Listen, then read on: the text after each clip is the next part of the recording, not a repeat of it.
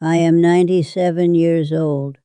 I have lived alone for 21 years, and I am not lonely. I know that surprises people when they hear a 97-year-old woman lives by herself. They picture something sad, a dark house, a television nobody's watching, meals for one eaten in silence. That is not my life. My life is full, not full the way it was at 40 with noise and chaos and children who needed me every 8 minutes. Full in a different way, a quieter way, a way I had to build on purpose after everything I thought I knew about happiness fell apart. And I am going to tell you exactly how I did it. 5 things, 5 secrets that turned living alone from a sentence into a sanctuary. If you are over 70 and you live alone, or you are about to. If you are terrified of the silence. If you've just lost a spouse and the house feels like it is swallowing you whole. If your children keep asking you to move in and you don't want to, but you don't know how to say that. This is for you. I am not going to sugarcoat it. The first year alone was the hardest year of my life, but what came after, what I built out of that emptiness, is the most peaceful thing I've ever known. And peace, at my age, is worth more than gold. That peace didn't come easy. I had to fight for it. I had to sit in the ugly silence first and learn that it wasn't going to kill me. And on the other side of that fight was this. Stillness, real stillness, the kind that feels like breathing underwater. This is my balcony, 1 chair, 1 plant, and every morning the sun hits it just like this, and I sit there and I think, this is mine, all of it, the quiet and the light and the coffee in the morning. Nobody else's mine. Secret number 1. Create a morning ritual and protect it like it is sacred, because it is. When Harold died and the house went quiet, the mornings were the worst. I'd wake up and reach for him, and he wasn't there, and then the whole day stretched out in front of me like an empty road with no destination. So I built a morning deliberately, like laying bricks. I wake at 6:30. I make coffee in the same blue mug Harold gave me for our 42nd anniversary. I sit at the kitchen table and read the paper. Then I water my herbs. Then I write 3 sentences in my journal. What I noticed yesterday, what the light looked like, what I am grateful for. 3 sentences, that is all. Some mornings they're beautiful and some mornings they're just, the birds were loud, the toast was good. I am still here, and that is enough. Being still here is always enough. That takes 45 minutes, and by the time it is done, the day has a shape. It has a heartbeat. I am not waking into emptiness anymore. I am waking into something I built, something that is mine, and that changes everything when you live alone, because the loneliest moment is the one with no structure, the one where the hours stretch and blur, and you can't tell Tuesday from Saturday. Give your days bones, the flesh will follow. The ritual isn't just for schedule, it is for identity. When you live alone, nobody reflects you back to yourself. There is no one at breakfast saying your name. The ritual becomes the mirror.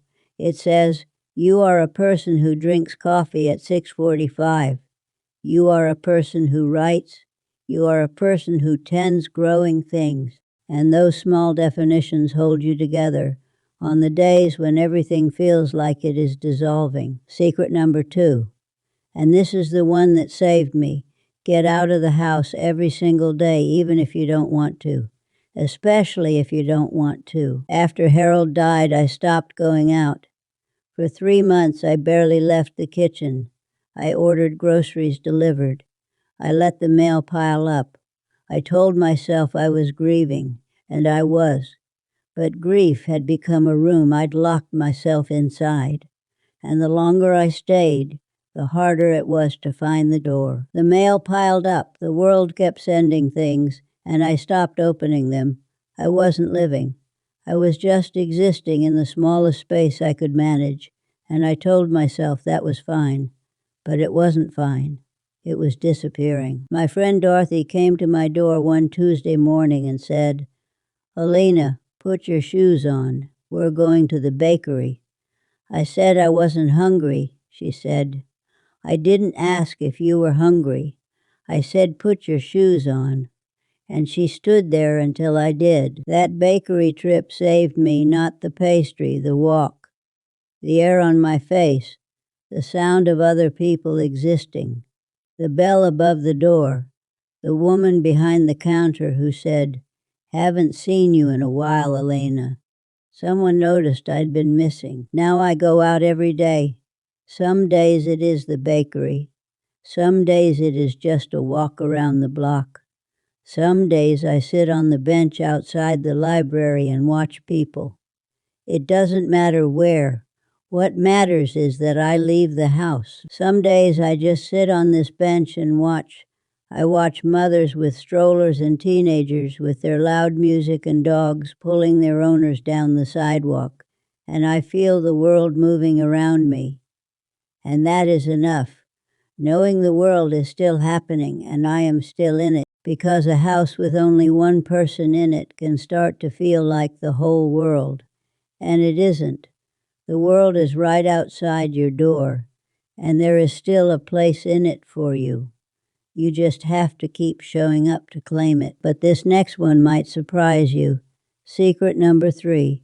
Learn something new at 70, at 80, at 90. It doesn't matter when. Just learn something you've never known before. I started learning Italian at 81 Italian. Can you imagine? A woman who'd never left the country sitting in her kitchen with a little cassette player and a phrase book saying, "Buongiorno" to nobody. My children thought it was a phase. My neighbor thought it was charming. But it wasn't a phase or charming. It was the most serious thing I'd done in years. I was telling myself that my brain still worked, that new things could still enter my life, that I wasn't finished yet. My daughter thought I'd lost my mind. But learning something new does something to your brain that nothing else can. It makes you a beginner again. And being a beginner is the opposite of being stuck. When you are learning, you are moving forward. You are alive in a way that routine can't give you. I never became fluent. I can order coffee and say thank you and tell you the weather is beautiful. But that is not the point. The point is that every morning I had something to look forward to that wasn't a memory. It was a future. And after 70, having a future feels like a miracle. Every bookmark is a word I fought for. Every page I dog-eared was a small victory against the voice in my head that said it was too late. It is never too late to learn.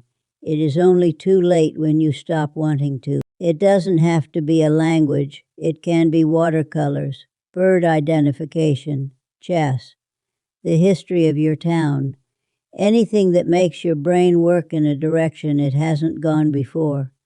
Anything that makes you a student again instead of just a survivor. Secret number 4, and this one is the hardest to hear.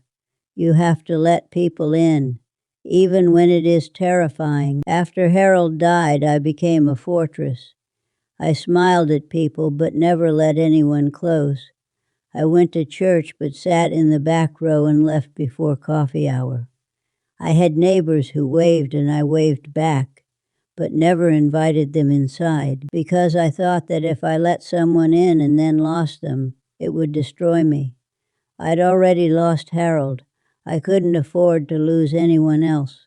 So I made myself safe, and safe was the loneliest I'd ever been. It was Dorothy again. Always Dorothy. She showed up one Saturday with a casserole and said, "I am not leaving until you tell me one real thing about how you are doing." And I broke, right there at the kitchen table. I told her I was scared of the silence, scared of dying alone, scared that the best part of my life was already over. And she listened, She didn't fix it. She didn't give me advice. She just sat there and held my hand and said, "I know," 2 words, "I know." And those 2 words cracked the fortress wide open. You need a Dorothy. Everyone who lives alone needs a Dorothy. Someone who won't accept your performance of being fine. Someone who shows up with food and stays until the mask falls off. Find that person or let them find you. But stop pretending you can do this alone. You can live alone, you cannot heal alone. And there is a world of difference between independence and isolation. One is a choice. The other is a cage with a door you forgot you locked from the inside. I was the bird and the cage was my own making. I'd locked myself in and then wondered why nobody came to visit. The door was always open. I just had to stop being afraid of what was on the other side. And the last one, secret number 5, this is the one that changed everything. Make peace with the silence. Don't fill it. Don't fight it.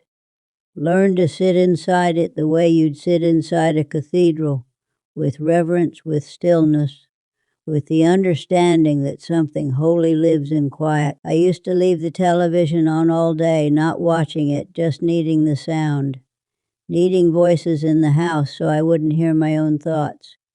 Because my thoughts in those first years alone were terrifying. They said, "You are forgotten. Nobody needs you. This is how it ends." I kept the television on 20 hours a day.